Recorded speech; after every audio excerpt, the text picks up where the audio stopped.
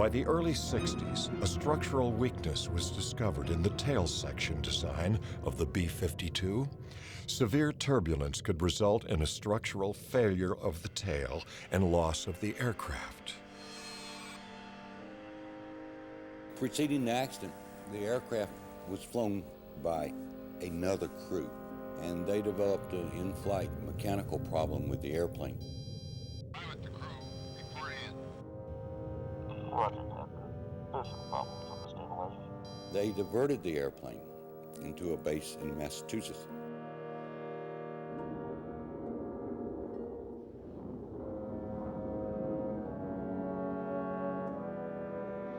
And so they rounded up my crew and had us go to Massachusetts to return the plane. We planned our route depending on the weather, which was forecast to be quite good. There were some areas of rain and snow, but at the altitudes we were at, we expected to be in the clear. Come on, ready to check.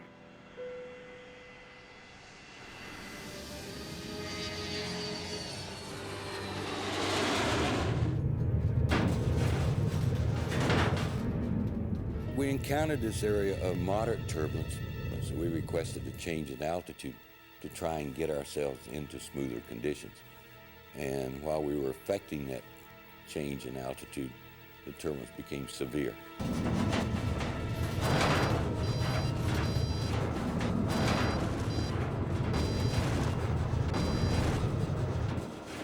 I remember having a clear thought, I think I've still got it. And then it became completely uncontrollable and it went over inverted, and there was no recovering from that. Bailout command was ordered and people started egressing the airplane, which results in immediate depressurization and then a loss of cabin pressure and pretty much chaos because everything that's not fastened down departs. And all of a sudden you go from there, a warm, comfortable cocoon, almost instantaneously into a really harsh outside element where the wind is full in your face.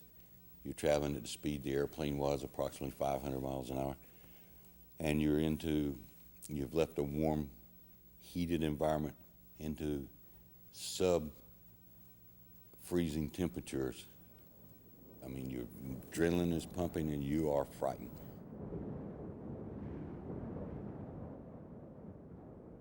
I hit the ground, came through this small tree. Your first instinct is to get help. And you want to grab somebody and say, "Hi, help me." And there's nobody. The mechanical things of trying to get out of the parachute that made me begin to think, you must survive. Help will be here if you can survive long enough.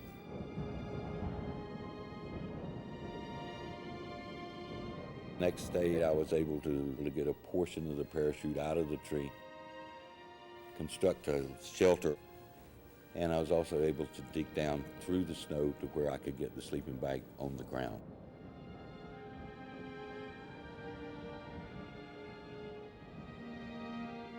I felt certain that search aircraft were airborne looking, but I also knew that they would not be able to operate in the mountains below the cloud deck, and so I resigned myself to they will not find me today. My priorities became survival.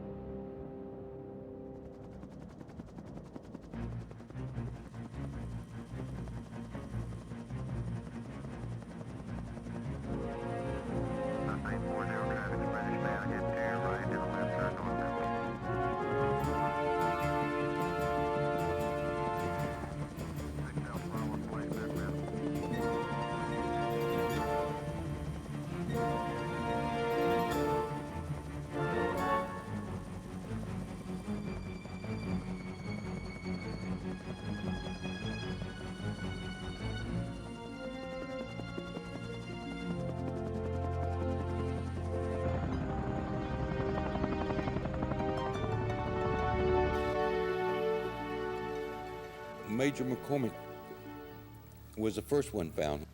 During his descent, he was able to see the lights from a farmhouse. And daylight the next morning, he was able to make his way to the farmhouse. So he was the first one recovered. And while I was in the hospital, they found 2 of the other 3. And 1 was not found until after I left the hospital. The other 3 were deceased. The last one to be found, Sergeant Wooten, was in a remote wooded area, but near enough to where he could see a house. And he had tried to make his way to the house, but he had physical injuries he suffered during the egress from the airplane and was a victim of exposure. I went back that summer. I returned, and there's a monument erected to the citizens of the town who volunteered to search for the crew. And bless their hearts, I take my hat off to them. No offense to the people in Maryland, but I chose the summer to visit.